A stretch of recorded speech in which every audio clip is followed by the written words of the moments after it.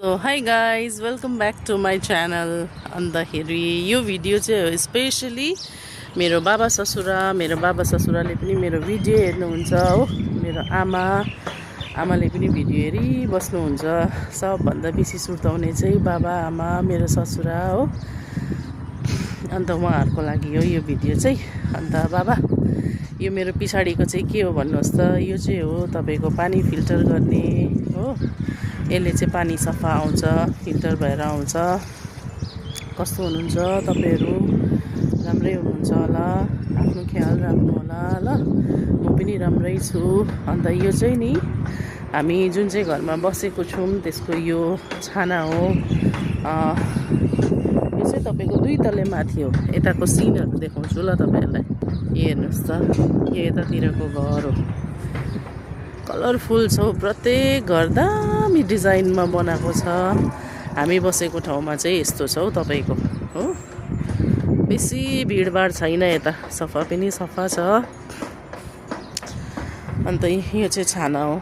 यहाँ चाहिँ लुगा उठाउनुको लागि आएको थिएँ, माथि लुगा उठाउनुको लागि आएको थिएँ। सोचेँ यसो एउटा भिडियो बनाएर चाहिँ तपाईँहरूको लागि हालिदिनु पर्यो भनेर हो। अन्त यस्तो छ, यता यस्तो छ सिन।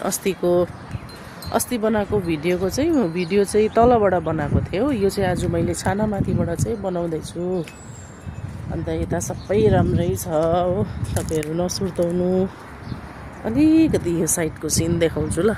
यस्तो छ हाम्रो उतातिर चाहिँ तपाईँको बिल्डिङ छ होइन। यतातिर चाहिँ त्यस्तो साह्रो बिल्डिङहरू छैन, एकदमै सिम्पल छ। मान्छेहरू पनि त्यस्तो बेसी नक्कल पारेर हिँड्नु पनि पर्दैन बाहिर हिँड्दा हो। एकदमै सिम्पल, लेडिजहरू केटाकेटीहरू एकदमै सिम्पल, एकदमै राम्रो पिसफुल छ जग्गा पनि। यतापट्टि अलिकति हो, यहाँ हेर्नुहोस्